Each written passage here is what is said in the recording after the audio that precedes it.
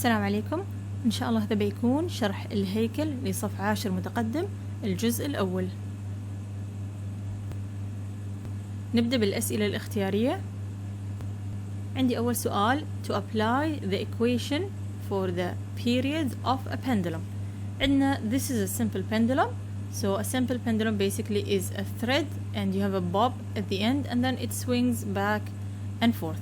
Straight down, this is equilibrium position, and then you take it at a higher level on one side, higher level on the other side, and then when you release it, what happens is you have a net force will force the pendulum to go back to equilibrium position. Here also the same thing on the other side. So in this case we have a restoring force that causes the bob to swing back to the equilibrium position. هذه المعادلة. So here you have period is measured in seconds.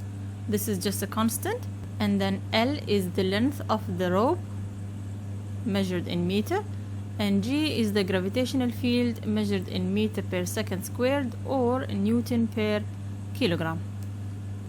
نشوف هاي الأسئلة. عندي سؤال 5. It says what is the period T on earth of a pendulum with a length of 1 meter. So this is L and we need to find T, and it says earth يعني you know that gravity on earth is 9.81. So direct substitution, you have T is equal to 2 pi square root of L divided by G. Make sure the units are correct.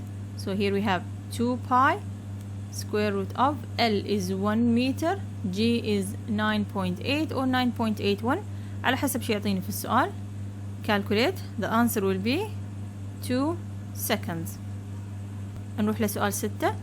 How long must a pendulum be? How long, it means L is unknown, on the moon where the gravity is this much, so this is G, to have a period of this much, so this is the period. We can do shift solve. So we start with the equation. T is equal to 2 pi square root of L divided by G. Do I have period? Yes. 2 seconds equals to 2 pi and then square root of L is unknown. ففي الكالكوليتر I will use the X symbol for the unknown value and then 1.6 for gravity. And then you do shift solve. You get the answer for L is equal to 0.16 meter. نروح سؤال 7. On a certain planet, the period of a 0.75 meter long, so this is L, of a pendulum is 1.8 seconds. So this is T. How much is the gravitational field? Again, same equation. 2 pi square root of L divided by G. Do I have the period? Yes. 1.8 equals to 2 pi square root of, now you have the length 0.75 meters divided by G. So here we put X in the calculator. Now again you do shift solve. The answer will be G will be equal to 9.1 Newton per kilogram or meter per second squared. Question 11. How must the length of a pendulum be changed to double its period? How to make it 2 times the period, and then how must the length of the pendulum be changed to have half the period? So in part 1, let's say you need, instead of T you want to have 2T, and in part 2 instead of T you need to have T divided by 2. How do we solve these kind of questions? Let's do the before and after. So before is the equation as it is. You have T is equal to 2 pi square root of L divided by G. After is the result that you are trying to get. So I want to get 2 times the period equals to 2 pi square root of L divided by G. Now what are we comparing? The length. So I will have length 1 at the beginning and then I will have length 2 at the end. So I need to compare how are they related to each other. Now we divide both equations. So left side over left side is equal to right side over right side. So here T will go with T, 2 pi will go with 2 pi, and then we have square root of G, square root of G, and then the only thing different here, we have L1 under the square root over L2 under the square root again. Now from this, what do we get? 1 over 2. So here we have 1 over 2, which is here. Then here we have square root of L1 and square root of L2. To remove the square root, I need to square both sides. So I will square this side, square this side. 1 squared is 1, 2 squared is 4. Square root of L squared will give me only the L. So here I will get L1, here I will get L2. And then we do cross multiplication. We need to find how much is the later length. So I will say L2 times 1 will give me L2 is equal to 4 times L1. So this is the difference in the length. Now we do the same thing for half of the period. Again, we will say before and after. Before, we take the same equation as it is. So you have T is equal to 2 pi square root of L1 again over G. Here we will have T over 2 equals to 2 pi square root of L2 divided by G. Again, we divide left side over left side equals to right side over right side. Now cancel, T will go with T, 2 pi will go with 2 pi, G will go with G. What we get is 1 over 2, and on this side we get square root of L1 divided by square root of L2. We do the same, square root of both sides. So here we get 1 over 4 is equal to L1 over L2. Now we do cross multiplication and we need to find how much is L2 equals to. We will say L2 will be equal to 1/4 of the value of L1. Question 2 is asking to apply Hooke's law to calculate the force exerted by a spring, to calculate the spring constant or the distance by which the distance is stretched or compressed. So here is the equation.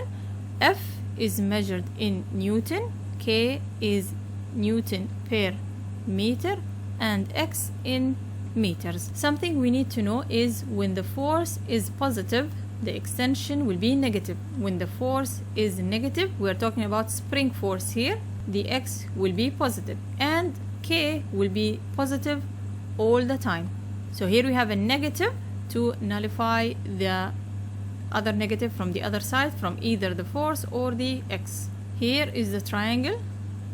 So we have force is equal to K times X, and the negative here indicates that they are in opposite direction, F and X. If I have a graph, how do I find the spring constant from the graph? I need to have force on the Y and the distance stretched on the X. So here we will have a quick question. This is F and this is X. So when you take the slope, here is a line. When you take the slope of this line, you will say Y on X. So what do you have on Y? You have the force. What do you have on X? You have the stretched distance. Now from the equation F over X, this gives you the value of K. If I have more than one line, how do I compare the value of K in this case? Let's say you have here line 1, here you have line 2, and here you have line 3. Of course you need to know which one has higher slope. So this will have large value of K, this will have small value of K. Here we have a steeper slope indicates a large value for K. It means that the spring is harder to stretch. A small K will be an easier spring to stretch or to compress. This is the equation for potential energy. So when you stretch or compress a spring, you are storing energy in the spring. So here we have K is in Newton per meter, X is in meter, and then you square it. and potential energy, any energy is measured in joule. Let's answer these questions. So question 1, here we have, what is the spring constant of a spring that stretches 12 centimeter? So how do I convert centimeter? I divide by 100 when an object weighing 24 Newton. So this is force and this is X, and we need to find K. نبدأ بالمعادلة F is equal to minus Kx. We said that K is a constant that is always positive because it represents a physical quantity. So to cancel the effect of this minus here, we have to put one of them to be minus. Let's say that you are stretching the spring down, so the extension will be in the negative direction, the restoring force will be in the positive direction. So do we have F? Yes, it's 24. Minus K is unknown. Do we have X? Yes, and we will substitute with a negative value. So you have minus, after we divide by 100 you get 0.12. Now you do shift solve.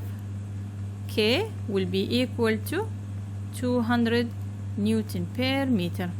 Let's go to question 2. What is the elastic potential energy? We need potential energy of a string that has a value of K.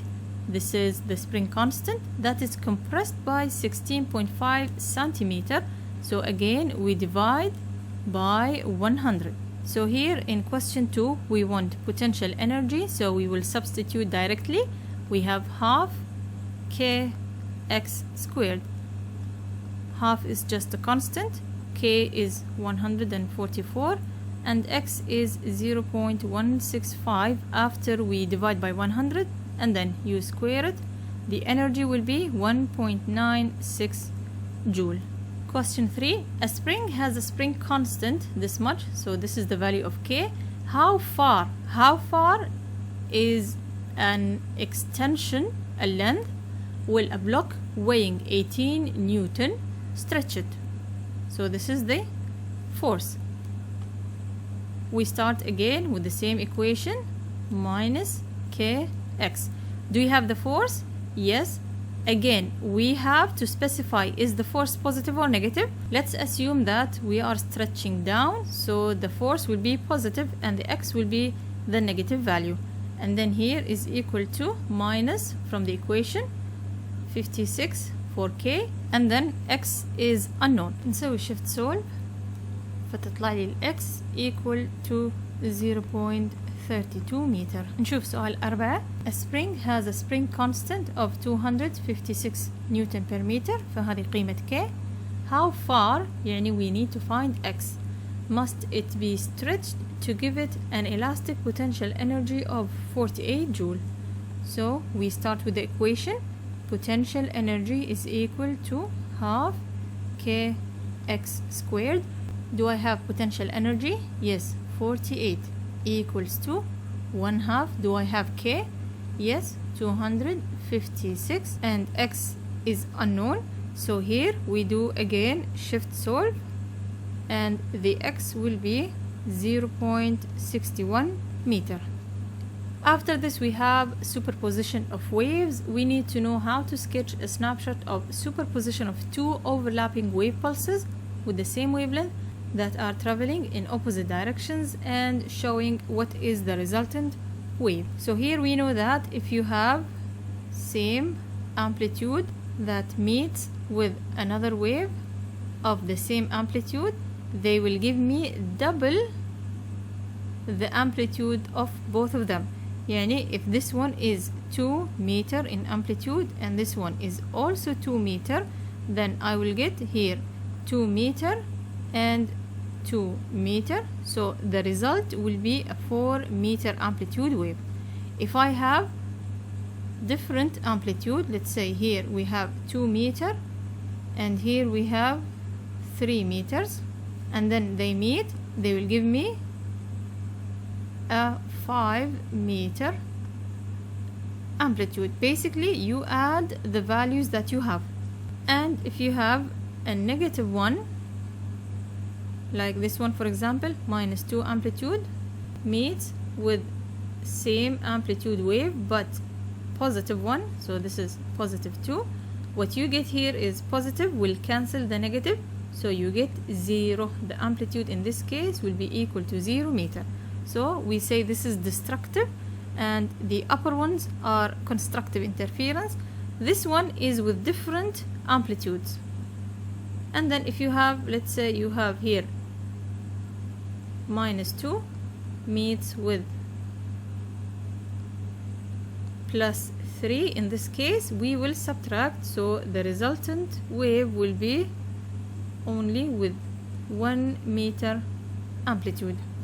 So these are the 3 types of interferences. We have destructive when they are equal but opposite, constructive when they are equal and in the same direction with different amplitudes when we have one amplitude different than the other amplitude. Now, when we represent wave interferences, we have 2 special points, one called a node and one called an antinode. So node is a point of 0, antinode is a point of maximum.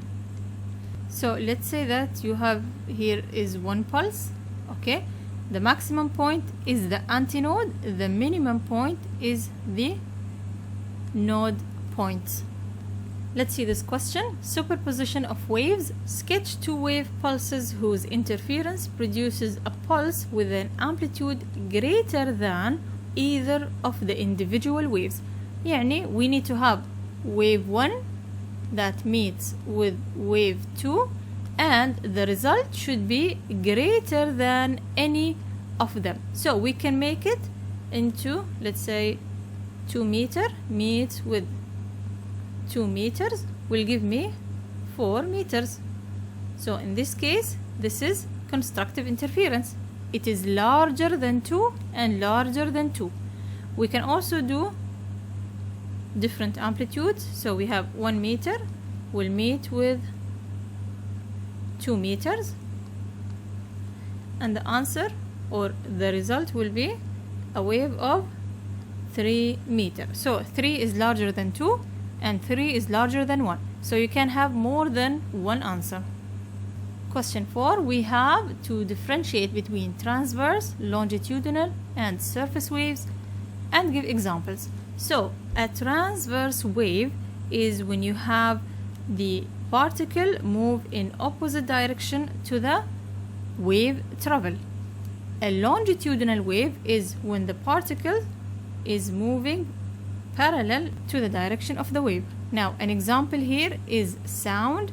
An example here can be light.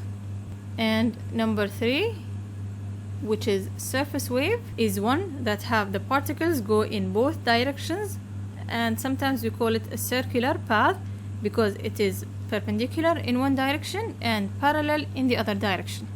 An example is the ocean waves. Let's see this example. Transverse waves. Suppose you and your lab partner are asked to demonstrate that a transverse wave transports energy without transferring matter. How could you do it? So one way to do it is, let's try the following. So let's bring a rope, and then here you can put some mark, or let's say you can tie a fionca here, and then shake the rope up and down. When you shake it, you are creating a wave. So the wave will be something like this. Okay? Now, where the fionca is, you will find that the fionca sometimes will be up, and at some other points it will be down. So basically you are moving the fionca up and down, but the wave is going in this direction, let's say, and the fionca does not go with you in the same direction. Let's go to this question. Wave characteristics. You are creating transverse waves on a rope by shaking your hand from side to side. Without changing the distance your hand moves, you begin to shake it faster and faster. What happens to amplitude, wavelength, frequency, period, and velocity of the wave? So let's see. Amplitude is A, wavelength is lambda, F is frequency, period is T, and velocity is V.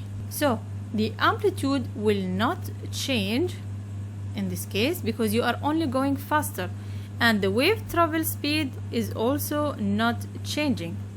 Now, if you go faster and faster, you will create more wave in this case, so you will have higher value for the frequency. And frequency and period are inverse to each other, so this one will decrease, and frequency and wavelength are in inverse relationship, so if frequency increase, wavelength will decrease. Let's go to the next question. Longitudinal waves. Describe longitudinal waves. What types of medium transmit longitudinal waves? So basically we said that longitudinal wave is where the particle goes parallel to the direction of travel of the wave. Now to go to types of mediums that transmit longitudinal waves. A longitudinal wave needs a medium to travel. A transverse wave doesn't necessarily need a medium to travel, so here it can go in solid, in liquid, and in gases. Of course it's faster in liquid and slower in gases. نروح لسؤال 5. Explore through an experiment like using a number of musical instruments the perception of sound depending on its different physical quantities like amplitude, frequency, and relate them to loudness and pitch. First, we need to know what is pitch. Pitch is the highness or lowness of a sound. Depends on what you hear. You either hear a very high frequency sound, we say you have high pitch. Very low frequency sound, you have low pitch. So we say if you have a higher pitch, in this case you have high frequency. Lower pitch, you have lower frequency. And then we have loudness. Loudness is the sound intensity. So if the sound is very high or very low, for example, you are hearing someone talking very loudly and then someone who is whispering, so you have a very high sound and very soft sound. So we say loudness is related to amplitude, so a loud sound will represent a high amplitude wave and a very soft sound will represent a very low amplitude. Let's see this question. Wave characteristics. What physical characteristic of a sound wave should be changed to alter the pitch and the loudness? So for pitch you need to change frequency. For loudness we need to change amplitude. Let's go to the next question. Describe the sound level and define the decibel dB as the unit measuring of sound. So sound level is a logarithmic scale to describe the different intensities of sound. So it is used to measure the intensities on a logarithmic scale. We call this sound level, and the unit is the decibel. So this is unit measurement of sound level. So here the scale starts from the faintest sound, which is measured at 0 dB, and let's say that there is a sound which is 10 times more intense, it will be at 20 dB. And let's say there is another sound which is 10 times more intense, it will be at 40 dB. So this paragraph here tells you how dangerous the sound level you are listening to. So you have different decibel values and different descriptions for the wave depending on what you have, and longer exposure to specific sound level will show you some bad effects. So this paragraph will talk about them. Now we go to the next question, exploring the meaning of resonance and understanding how musical instruments work. So here we have 7 or 8 different ways to create sound. So this paragraph talks about the different ways that we can create sound with. I will show you some examples. You have brass instrument, reed instrument, you have air instrument, you have pipes, and some other instruments. I will send you a PowerPoint for this that describe all these sources in a very organized way. This is a continuation. You also have loudspeaker as an example. You have human voice. You have string. Now we go to resonance in air columns, which is one type of these instruments mentioned before. An air column is basically a pipe. So you have two types of pipe. We have the closed pipe because one end is closed here and the other one is open, and we have the open pipe, which is both ways are open in this case. So how does these instruments work? Basically, the air within the tubes vibrate at the same frequency, or we say resonate with the particular vibration of the lips or the reed. So you have air inside that resonate and gives you the sound. And why do we need resonance? Because it helps increase the amplitude of the vibration, so you hear a better sound, a louder sound. So how do we determine what type of sound we hear? It is the length of the air column that is inside the pipe that determines the frequency of the vibrating air. So we have harmonics, first harmonic, second harmonic, third harmonic, and so on, depending on the length of the pipe that we have. And here are some examples of pipe instruments. Let's continue. So here we have the first type is a closed pipe. Like we said, one is closed, one is open. And here we have an open pipe resonator, open from both ends. Now you are blowing air from this side. The air will come as high pressure. Here, if you see this dark, it means high pressure. And what happens is that it will reflect on the closed end and goes back again as high pressure wave. In the open pipe, the other way happens. You have a high pressure wave reflects on the open end and reflects back as a low pressure wave. Now we go to the drawings of the waves or the harmonics in the pipe. Let's start by the open pipe because it's an easy one. So open pipe, basically you start to draw half a wave. This is half a lambda. Okay, so the first or the fundamental harmonic, we say frequency 1 is half a wave, and then you have it enclosed in a pipe. Now if we have F2, basically you will have two lobes, 1 and 2, and then you close them. So this is your frequency 2. This is 1/2, this is 1/2. And then when you have 3, again for frequency 3, you will have 1, 2, and 3. Complete the shape.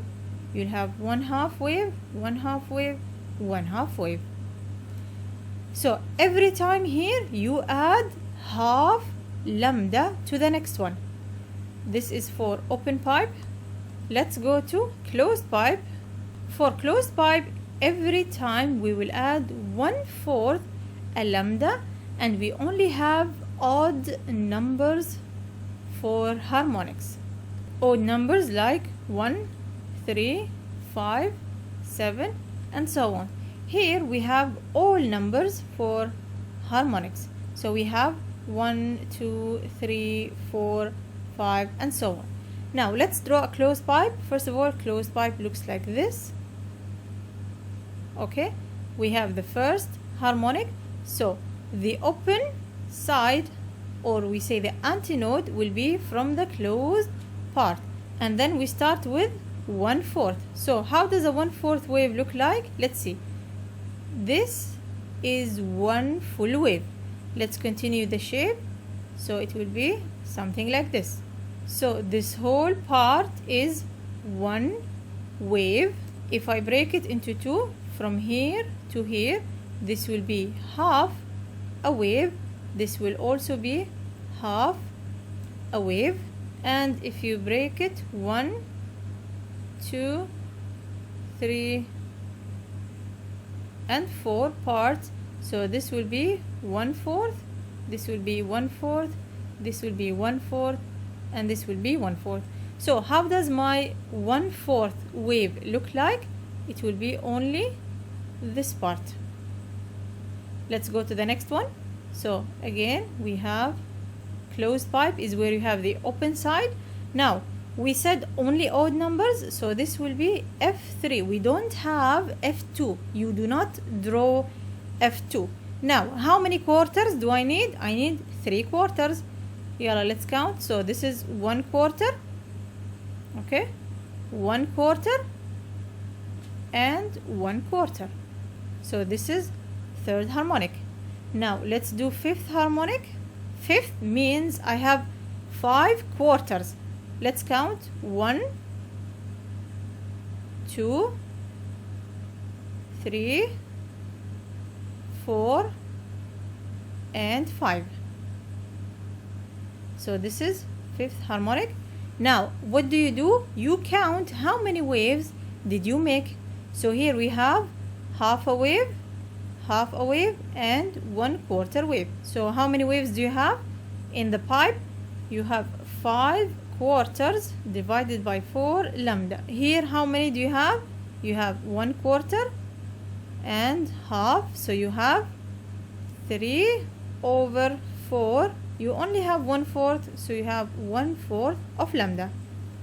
So these are closed pipe. We said only odd numbers, so we have 1, 3 and 5.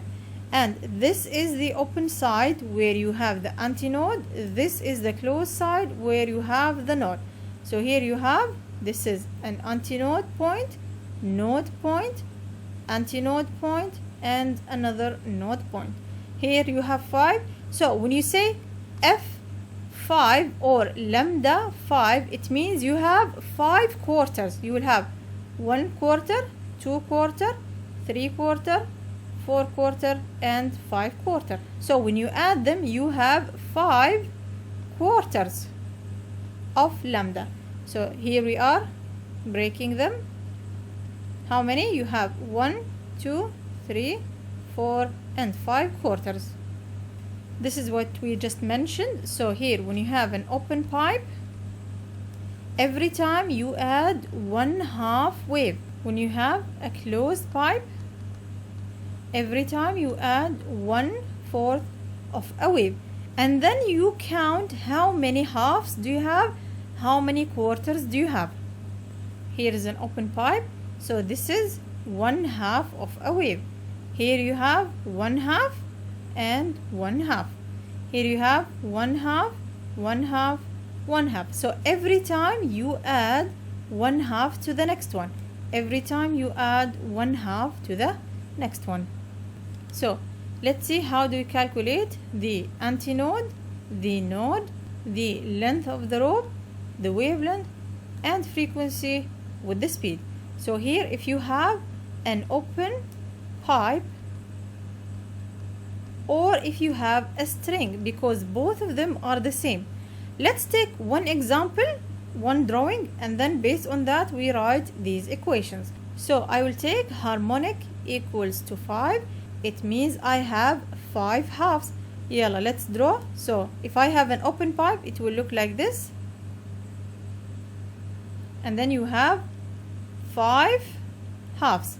So 1, 2, 3, 4 and 5. Okay, so this is 1/2, 1/2, 1/2, 1/2 and 1/2. Okay, how many antinodes and how many nodes? So antinodes are the maximum points. So we have 1, 2, 3, 4, 5. This is an antinode point. So antinodes are equal to the number of the harmonic, which is 5. So in this case, it is also equals to 5. Nodes will be the 0 point. So here is a 0, this is a node. Here is a 0, this is a node. Here is a 0, node, 0, node, 0, and one more 0. So here you have 1, 2, 3, 1, 2, 3. You will have the same number of harmonic and then you add 1.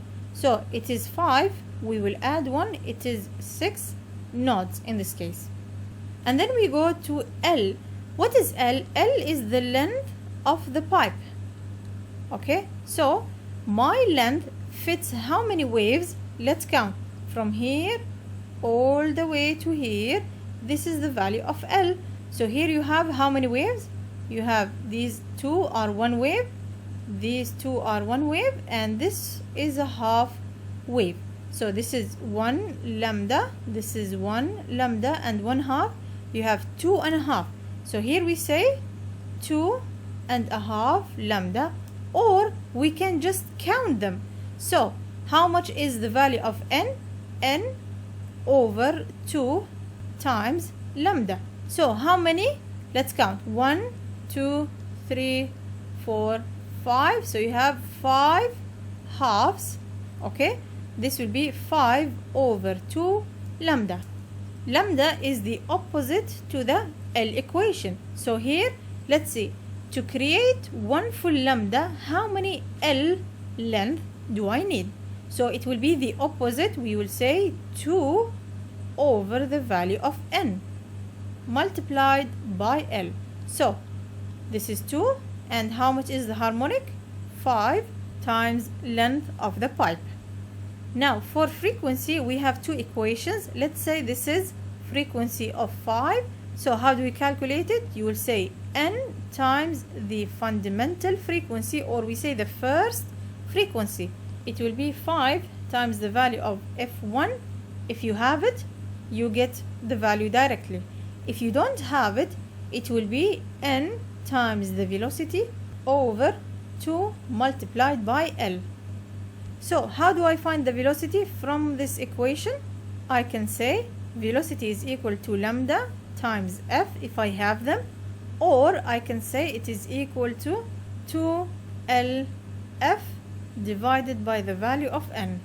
Now we will do the same thing for a closed pipe. Closed pipe is a little bit different. So again, antinode, node, L, lambda, frequency, and velocity. So this one will be for a closed pipe. How does a closed pipe look like? It will look like something like this. Okay, now let's use n equals to 5. Okay, same thing, and then we compare both drawing.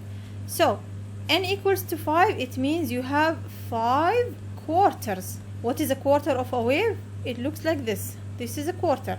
So we start, these are the open sides. 1, 2, 3, 4, and 5. So let's cut until here. So the line should be exactly at this point. Yalla, let's count. So how many antinodes? Where do we get the values of antinodes? Count. So here you have 1 antinode, 2 antinode, 3 antinode. In this case, they are equal to 3. How many nodes? Let's count. So here you have 1 node, 2 nodes, and 3 nodes. So you have 3 nodes again. Let's see, the length of the pipe in this case fits for how many waves?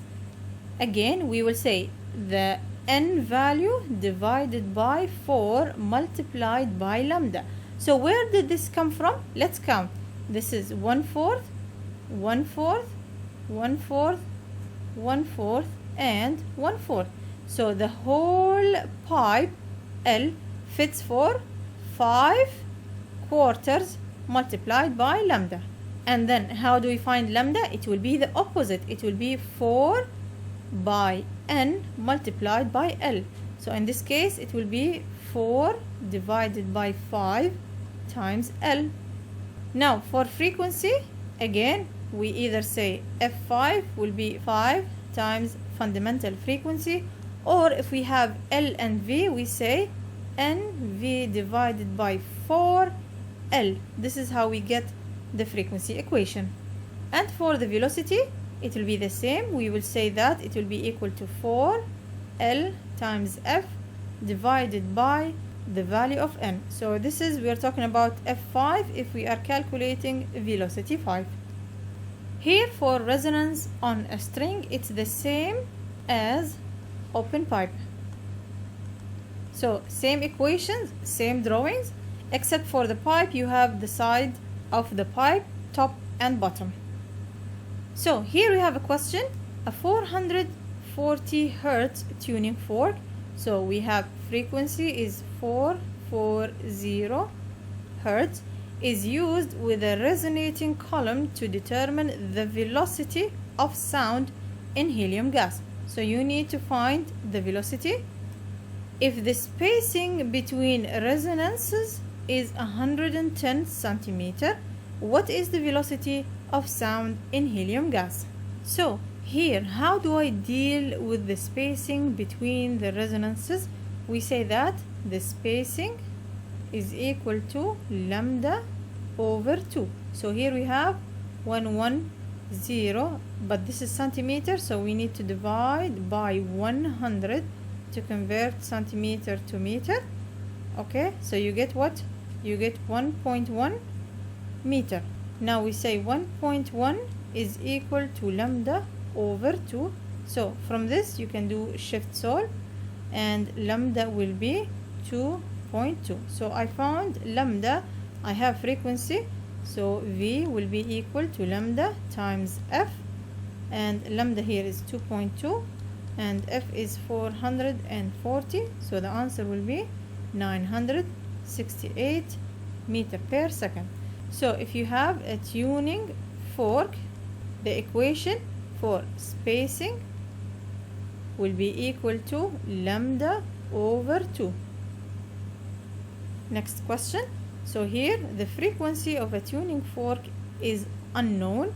A student uses an air column at 27 Celsius. This is to help you know what is the velocity of sound at this temperature, and find resonances spaced by 20.2 centimeter. So we say spacing is equal to lambda over 2. So here we have, so we divide by 100, you get 0.202 is equal to lambda over 2. So from this equation, lambda will be 2 times 0.202 and will be equal to 0.404 meter. What is the frequency? So frequency here is unknown of the tuning fork, and use the speed calculated in example problem 2 for the speed of sound in air at 27 Celsius. So here V is given to you in the question, 347 meter per second. So how do we find the frequency? V is equal to lambda F. How much is V? 347 equals to, how much is lambda? 0.404 multiplied by F. You do shift solve, so frequency will be 859 Hertz. Next question. A 440 Hertz tuning fork is held above a closed pipe. So now you have a closed pipe. Find the spacing between the resonances when the air temperature is 20 Celsius. So from the temperature we need to find how much is the velocity, and we have frequency is 440 Hertz. Let's see how much is my velocity in this case. فالvelocity راح ناخذها from this table. Here you have air at 20 Celsius, so velocity is 343. Here we say 343 meter per second. So first I need to find lambda and then find the spacing. Okay, we start with the equation. V is equal to lambda times F. How much is V? 343 equals to, how much is lambda? Unknown. How much is frequency? 440. So you do shift solve. Lambda will be 0.779 meter. Now spacing is equal to lambda over 2. So we have lambda is 0.779 divided by 2 is equal to 0.39 meter. Next question. A bugle can be thought of as an open pipe. If a bugle were straightened out, it would be 2.65 meter long. So this is the value of L. If the speed of sound, this is V, find the lowest frequency that is resonant for a bugle So lowest frequency, which is when n equals to 1. And then find the next two resonances, which is n equals to 2 and n equals to 3 frequency. Let's start with part A. So here we have L is equal to 2.65 and V is equal to 343. Now, how do I find the frequency? We said frequency equation is equal to NV divided by 2L. So how much is N in this case? We said first frequency or fundamental frequency or lowest frequency. So N is equal to 1. Here we will have 1 times velocity is 343 divided by 2 times 2.65, and in this case the frequency will be 64.7 Hertz. Let's go to the second part. Now, how do we find frequency 2 and frequency 3? It's easy. We will say 2 times frequency 1, which is this one, and here we will say 3 times frequency 1. So how much is frequency 1? We found it is 64.7, and the answer will be 129 Hertz, and here it will be 3 times 64.7, and the answer will be 194 Hertz. We go to the next question. Discuss the sound quality and explain beats. So sound quality basically tells you, is this a pure sound or is this a mixed sound, as in you have more than one wave combined, it will give you a complex sound. So this is a pure sound, which is a sound of a tuning fork. This is a mixed sound or a complex sound. It can be any sound of any other instrument. So we have two types for sound: dissonance and consonance. So dissonance is an annoying, unpleasant set of pitches. Consonance is a pleasant set of pitches. So a nice sound and a noisy sound. Here in these three graphs, we have a graph of a spectra for a guitar, a steel drum, and a violin. So here, this is the print of the spectra of this instrument. You have amplitude versus frequency for all of them. We call this a sound spectrum. This type of graph is called a sound spectrum. Now we go to beats. When do we get a beat? Basically, when you have two waves, or we say two frequencies that are nearly identical, they interfere, two waves interfering, so they will give you another wave of high and low sound level. So here we have two waves, the red wave and the blue wave, and each one of them has a different period. Now when they both meet at the same time, what do they give me? They give me maximum amplitude, which is this point. Now if you continue with the waves, there is another point where they meet, and this is destructive interference.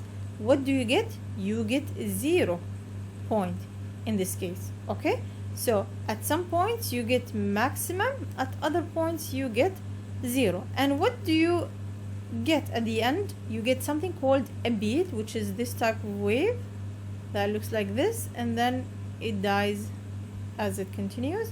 So this is called a beat wave. How do we calculate the frequency of beat? They will give you two frequencies, the first wave and the second wave, and this is how you find it. So we take absolute value. At the end you should get a positive number, and then you need to subtract one frequency from another. So this is frequency A, let's call it, and frequency B. So frequency A is wave 1 frequency, frequency B is wave 2 frequency. You subtract, and this will be a positive number. Here we have a question: why do various instruments sound different even when they play the same note? So we have something called timbre. Timbre is when you hear the same note but at the same time it's not the same because it is produced by different instruments. I will give you an example. The national anthem for UAE, when you hear it from a piano, it is the same when you hear it from a flute. It is the same when you hear it from another instrument. So it's the same music, same note, but you are hearing different sound from different instrument. So this is what we call as timbre. So we say that each instrument actually produces its own set of harmonics and frequencies, so they have different timbres. I will leave the answer for you. Let's go to the next question. Question 9. Distinguish between conductors and insulators. First of all, this figure is very important. So how do you know this is a conductor? You have signs, whether positive or negative, everywhere. So this will be positive sign or negative sign, let's say, everywhere. This is how you know that this is a conductor. And if you have an insulator, you will only have them on one side. The positive or the negative signs are on one side. Okay? Now, by definition, what is an insulator? It is a material where electricity does not move easily in it, and conductor is a material where the charge moves very easily in it. We call it a conductor. And then here we have examples are very important. Here we have air sometimes acts as a conductor, sometimes acts as an insulator, so it depends on the humidity. Here are examples too for insulators. Let's see these questions. So after you rub a comb on a wool sweater, you can use the comb to pick up small pieces of paper. Why does the comb lose this ability after a few minutes? Because any charge that you are accumulating, you will lose it to the surrounding environment. So with time, you will go back to being a neutral object. Types of charge. A pith ball is a small sphere made of a light material, such as plastic foam, that is often coated with a layer of graphite or aluminum paint. How could you determine whether a pith ball suspended from an insulating thread is neutral, or it has a positive charge, or it has a negative charge? So basically you have the ball hanging like this, and you don't know what is the charge on this object. So what do? You will bring a positive object. Does it get attracted to the positive? If it gets attracted, it means that it's a negative object. Now let's say that you bring a negative side. If it gets attracted, it means it is a positive sign. If nothing happens, it means it is neutral. Let's say if you bring a positive and it goes away, it means this is also positive, because same charges repel and different charges attract. And if you bring negative and it goes away, it means they are the same sign. Question 4. Charge separation. You can give a rubber rod a negative charge by rubbing the rod with wool. What happens to the charge of the wool and why? So here the wool becomes positive because it loses electrons. So this one will lose electrons, this one will gain electrons, and that's why the wool becomes positive. Let's go to the next question. So here we need to demonstrate an understanding that the work performed in moving charged particle in an electric field can result in the particle gaining electric potential energy or kinetic energy, or sometimes both. So we said that if you have positive near to a positive, the natural course of event is for them to go away from each other. So this is natural. They should repel. So if they repel each other, in this case, potential energy will be reduced. Now, if they come closer, they are not supposed to be closer to each other because they are same sign. So if they become closer to each other. This is not natural for two positive to be closer to each other. In this case, your potential energy between them is high. Now the same thing applies when you have negative. Let's say here, same for negative and negative.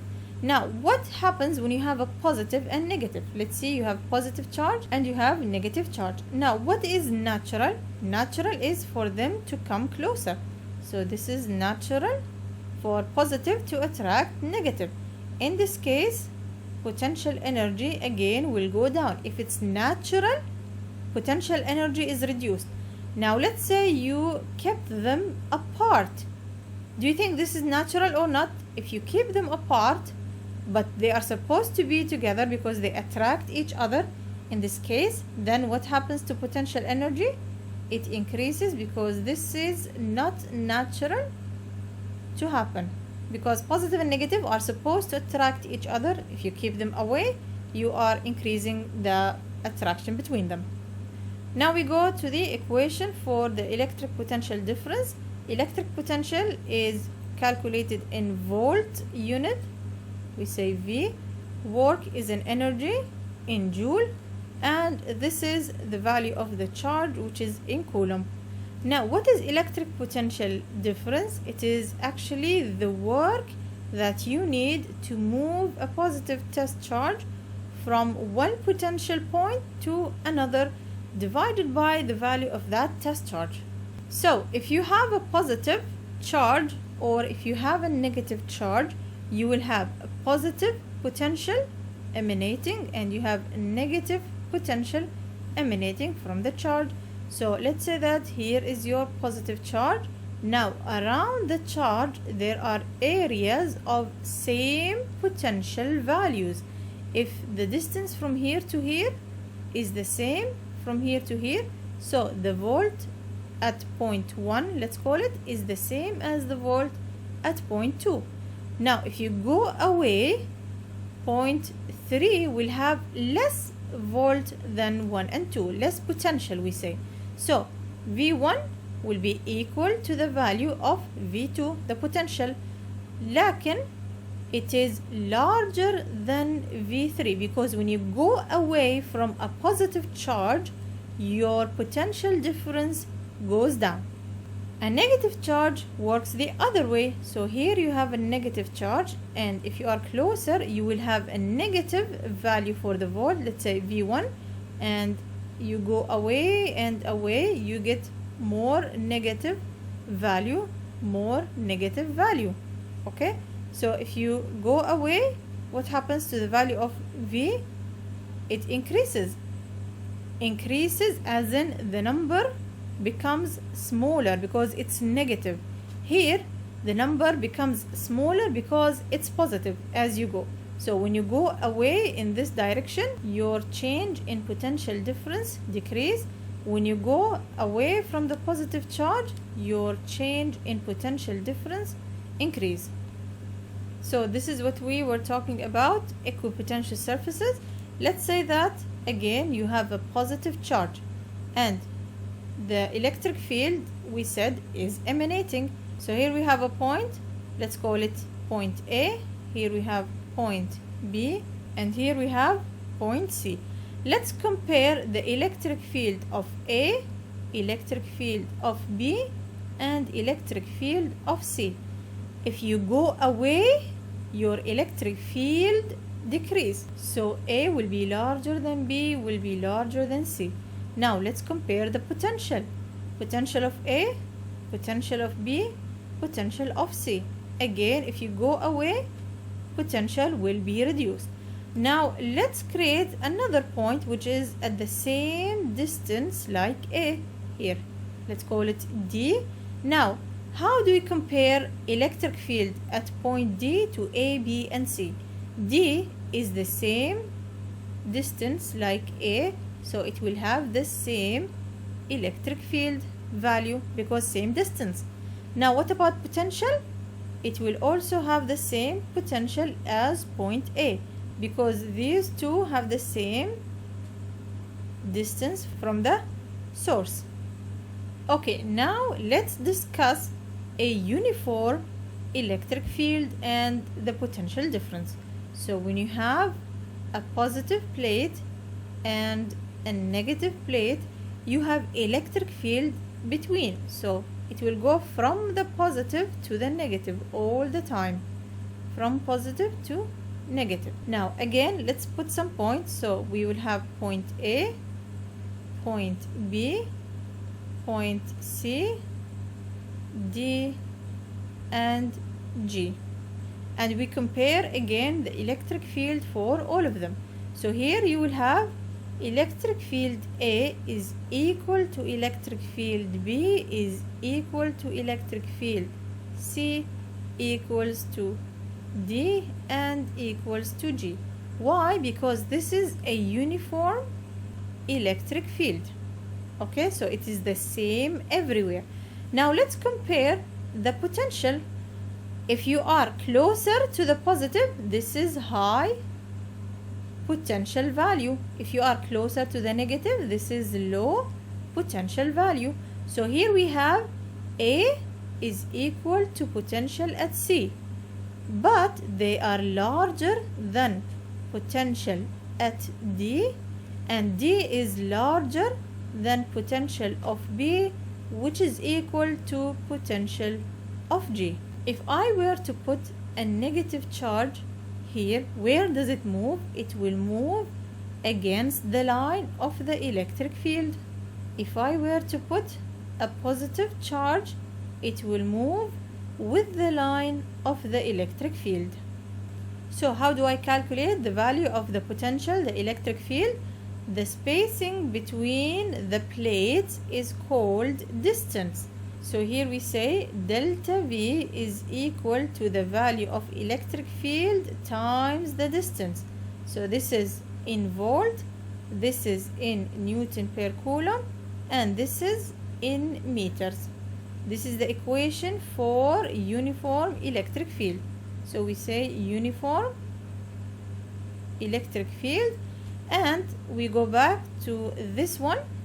The electric field, we say this is non-uniform electric field. And how do we calculate it? E will be equal to K Q divided by R squared. So it depends on what type of electric field do we have. Let's go to this question. The electric field intensity between two large charged parallel metal plates. So here we are talking about positive and negative. So electric field, this is the value of E. The plates are 0.05 meter apart. So this is D. What is the electric potential difference? The equation is delta V equals to E times D. Do we have delta V? We need to find it. Do we have E? E is 6,000 times. Do we have D? 0.05. And the answer will be 300 volt. Let's go to the next question.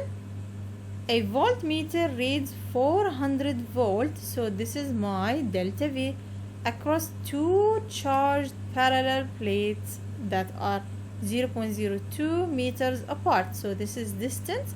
What is the magnitude of electric field? Let's see, same equation, because this is uniform electric field. E times D. Do we have delta V? Yes, it is 400 equals to. Do we have E? No.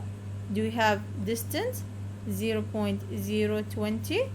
And now how do we find E? Shift solve, and E will be 20,000 Newton per coulomb. Next question. What electric potential difference is between two metal plates? It means you have positive and negative that are 0.200 meter apart. This is D.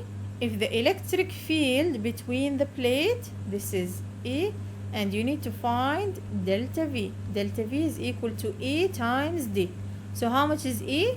2.5 times 10 to power 3 times how much is D? 0.200. Calculate, and the answer will be 500 volt. Next question. when you apply a potential difference, so this is delta V between two parallel plates, so this is positive negative plate, so this is uniform electric field. The field between them is this much, so this is E. How far apart? This is distance. Same equation. Now we need to calculate D. Do we have delta V? It is 125 equals to, do we have E? It is 4.25 times 10 to power 3. Do we have distance? No. Shift solve. D will be 0.029 meter. Next question.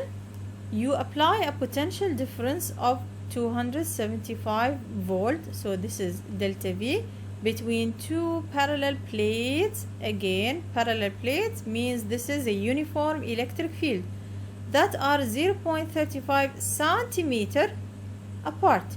So you need first distance, this is distance, is 0.35 divided by 100, so you get 0.0035 meter. How large is the electric field? So you need to find E. Delta V is equal to E times D. How much is delta V?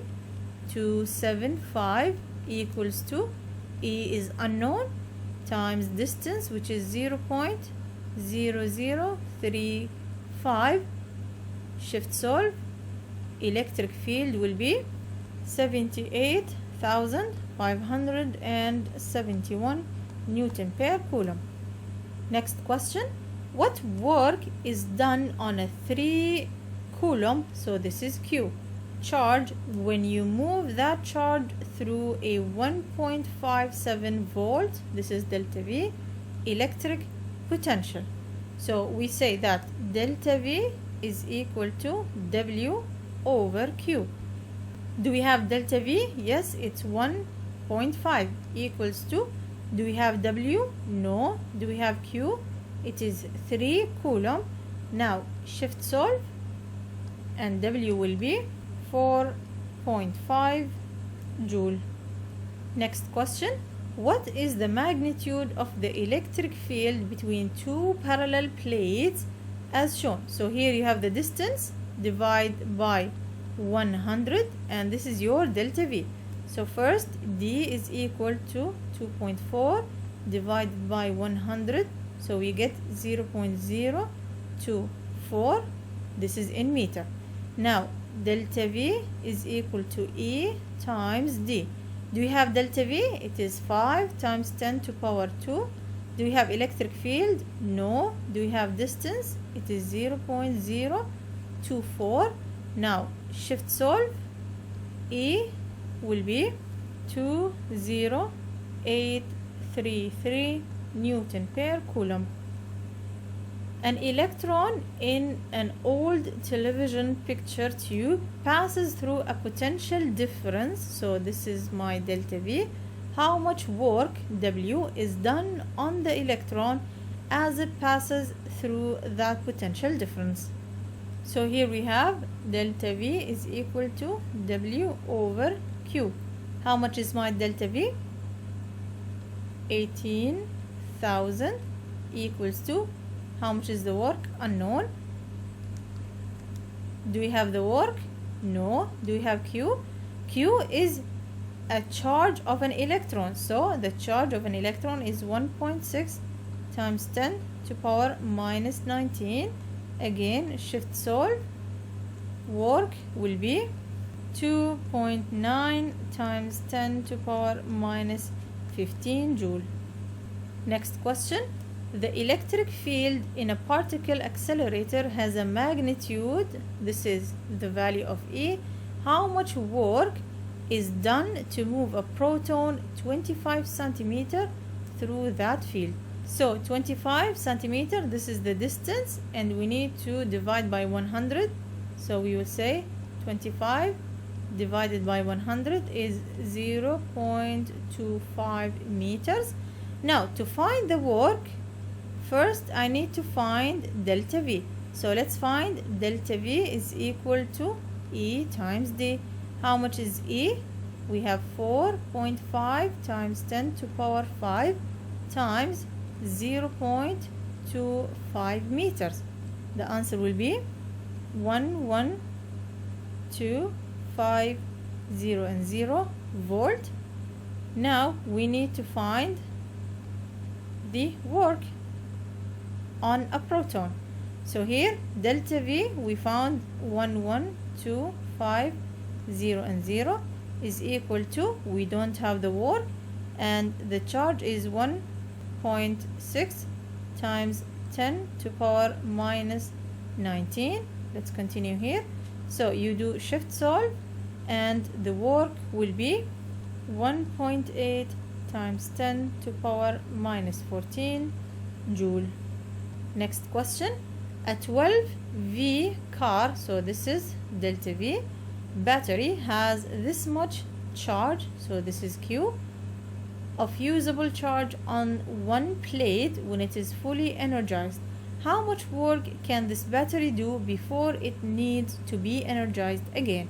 So we have delta V is equal to W over Q. Do we have delta V? Yes. 12 equals to, do we have work? No. Charge is 1.44 times 10 to power 6. Shift solve and the work will be 1.7 times 10.7 joule. This is the end of part 1 of the video. We will continue inshallah in the second part.